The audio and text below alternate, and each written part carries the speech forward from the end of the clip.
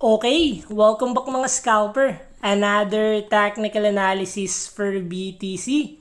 And wag na nga nating patagalin pa. Daily time frame is nag-close ng another red candle, forming doji candle and below average yung volume.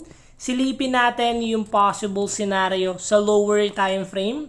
So yesterday, nagkaroon tayo ng weakness which is lower high for BTC. And what happened, nagkaroon tayo ng breakout sa support area natin. So nagkakaroon tayo ng weakness sa mga buyers sa lower time frame.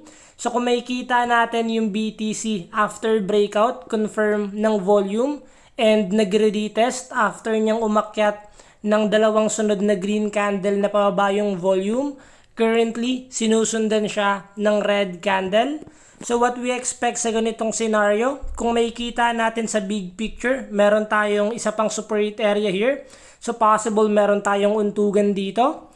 And the moment naman nabasagin ni BTC yung resistance area natin and pakita niya tayo ng volume, possible na mag-continue ulit yung uptrend momentum sa big picture.